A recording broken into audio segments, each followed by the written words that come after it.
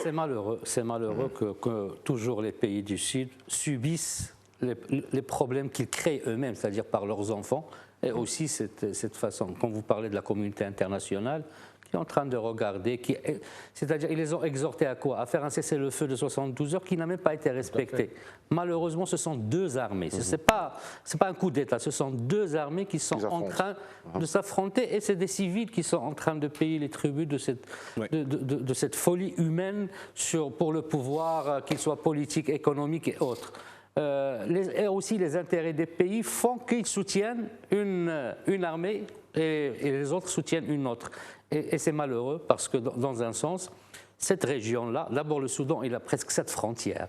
Et cette région-là, elle est déjà dans une poudrière. Il y a le Sahel à côté. Alors est-ce qu'il y a justement, j'en profite, et je reste avec vous, est-ce qu'il y a un risque de contagion? Mais bien sûr qu'il y a un risque. Qui est autour, il y a l'Éthiopie qui est en guerre dans le Tigré.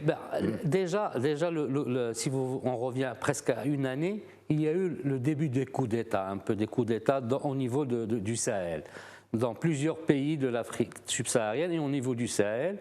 Et est-ce qu'on peut parler d'un coup d'État, puisque c'est le chef et c'était son vice, le vice des forces.